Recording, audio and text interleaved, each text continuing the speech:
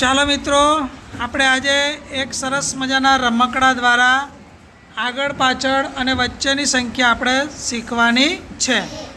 આ રમકડું બનાવેલું છે. શું બનાવેલું છે ખબર તમને?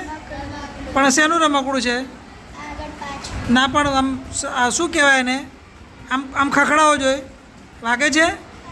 ઘૂઘરો છે. શું છે? ઘૂઘરો બનાવ્યો છે દિવાસળીના ખોખામાંથી અને લાકડીમાંથી. બરાબર ને? આપણે ઘેર દિવાસળીના ખોખા અને લાકડી પડી હોય તો આવો સરસ મજાનો ઘૂઘરો બનાવાય. તો હવે તમે આપણે આ બાજુની સંખ્યા છે તો પહેલાં કેટલા છે? ઉપર એક છે તો એકની પહેલાં કેટલા આવે? શૂન્ય આવે. કેવી રીતના આવશે બતાવો જોઈએ મને.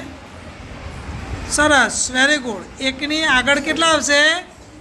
શૂન્ય. કેટલા આવશે? શૂન્ય. આ એકની આગળની સંખ્યા થઈ. ચલો હવે એકની પાછળની સંખ્યા કઈ આવશે? કેટલા આવ્યા? બે. એકની પાછળની સંખ્યા કઈ છે?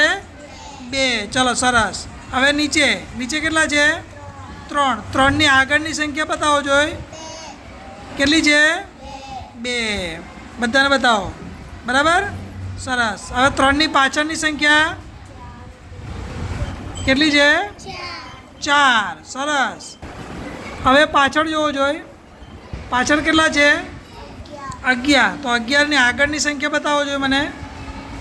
11ની આગળ કેટલા આવશે?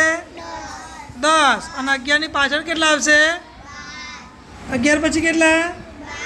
12. તો એમાં 12 આવે છે? જોવો જોઈએ. આવે છે 12? હા, સરસ. કેટલા આવ્યા?